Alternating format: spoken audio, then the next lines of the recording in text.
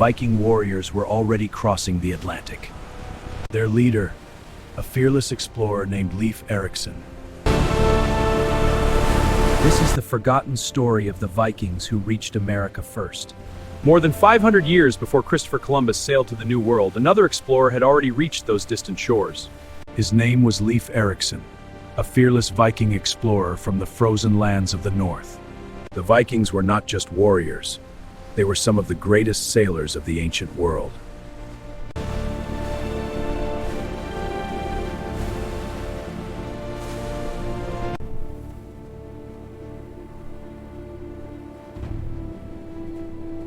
Among those explorers was Leif Erikson, the son of the famous Viking leader Eric the Red.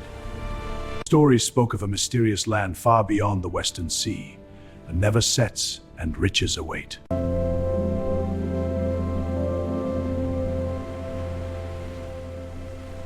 Row, men, for the unknown lies ahead.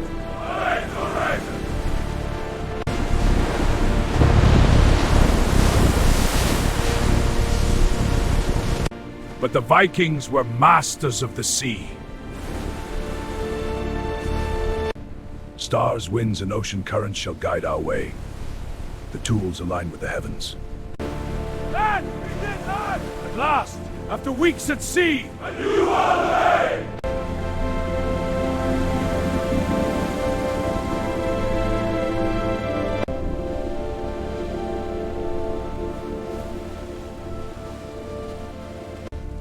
This land is rich with game, and the soil is fertile, a perfect place for a settlement.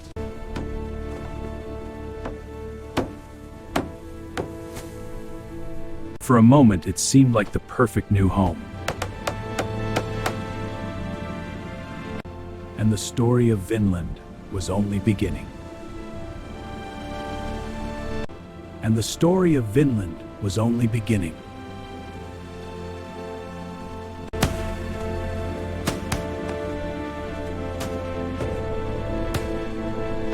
Gathered enough wood? Good, let's hunt. This forest is rich. Stay sharp. Gathered enough wood? Good, let's hunt. This forest is rich. Stay sharp. The forest is rich. We hunt well here. Aye, and gather wood for the fires. Let's explore deeper. Vinland offered resources that Greenland could never provide. This land is vast and full of promise. But this land already had people living there.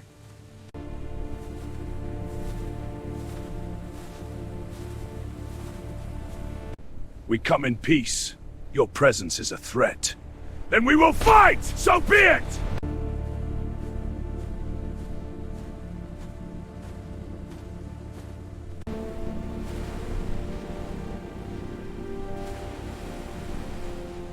Supplies were limited and survival became harder each season. Defending the colony is getting harder. Raids are more frequent. We need more men. Slowly, the dream of Vinland began to fade. Picture this. The year is 1000 AD. The Atlantic Ocean is a dark, terrifying mystery. On a small wooden longship, Viking warriors battle monstrous waves and bone-chilling winds. They're sailing farther than any of their people have ever dared, deep into the unknown. Many believe the journey is cursed, that they're sailing straight into a watery grave. Food is running low, morale is even lower. But one man stands firm at the prow of the ship, his eyes fixed on the horizon, unyielding.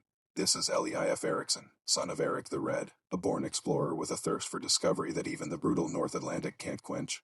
For weeks, it's been the same grim sight, endless gray sea and storm clouds overhead. The crew is on the verge of mutiny.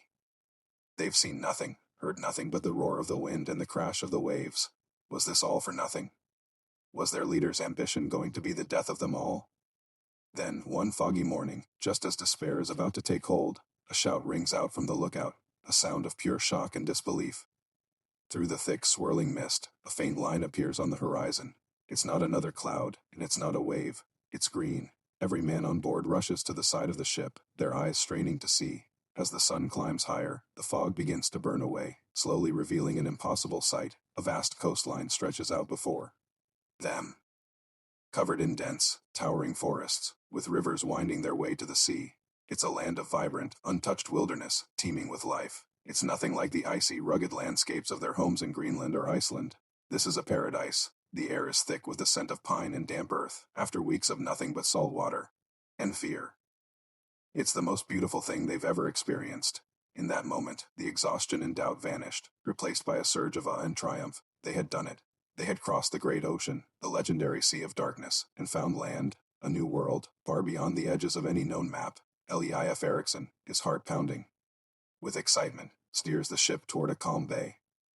This is the moment that will change history forever, though the world won't know it for centuries. Nearly 500 years before Christopher Columbus would set sail, these Norse explorers were about to make their mark on a new continent. Leif is the first to step ashore, his boots sinking into the soft, fertile soil. He looks around. At the towering trees, the abundance of wild grapes growing on vines. A sight so rare and valuable to the Vikings. He feels the clean, fresh air fill his lungs. He knows this is a land of opportunity, a place where his people could thrive. This wasn't just a random island. It was a continent, a world of its own. He plants his axe into the ground, claiming this magnificent discovery for his people. He names it Vinland, the land of wine. Because of the wild grapes that grow in such abundance, Leif and his crew spend the winter in Vinland, building small houses and exploring the surrounding area. They find rivers so full of salmon, bigger than any they had ever seen. The forests are filled with timber, a resource desperately needed back in Greenland. They encounter the native inhabitants, whom they call Skrellings. Their initial interactions are cautious, a meeting of two worlds that had developed in complete isolation from one another for thousands of years. The Vikings had not just discovered a new land. They had discovered a new branch of humanity. This incredible saga of exploration, survival, and discovery is a testament to the sheer courage and ambition of the Vikings. It's a story that was passed down through oral traditions and epic sagas for generations, long before it was written down. It rewrites the timeline we were all taught in school, placing these legendary seafarers at the dawn of European contact with the Americas. So the next time you think of the discovery of the New World, remember the lone longship, the determined captain, and the cry of land ho! That echoed across the Atlantic 5 centuries before Columbus. Thanks for watching. If you enjoyed this journey back in time, don't forget to hit that like button and subscribe for more incredible stories from history. See you next time.